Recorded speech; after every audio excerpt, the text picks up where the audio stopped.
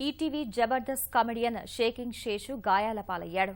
రాజస్థాన్ జైసల్మేర్లో దిల్ రాజు నిర్మిస్తున్న ఓ సినిమా షూటింగ్లో భాగంగా కార్ చేజింగ్ దృశ్యం చిత్రీకరిస్తుండగా ప్రమాదవశాత్తు గాయపడ్డాడు. ఈ ప్రమాదంలో శేషు ఎడమ చేతికి గాయమైంది. ప్రస్తుతం శేషు అమీర్పేట్లోని ఓ ప్రైవేట్ ఆసుపత్రిలో చికిత్స పొందుతున్నారు. జబర్దస్త్ కార్యక్రమం ద్వారా తనదైన శైలిలో హాస్యం పండించి షేకింగ్ శేషుగా ప్రేక్షక మన్నన పొందాడు.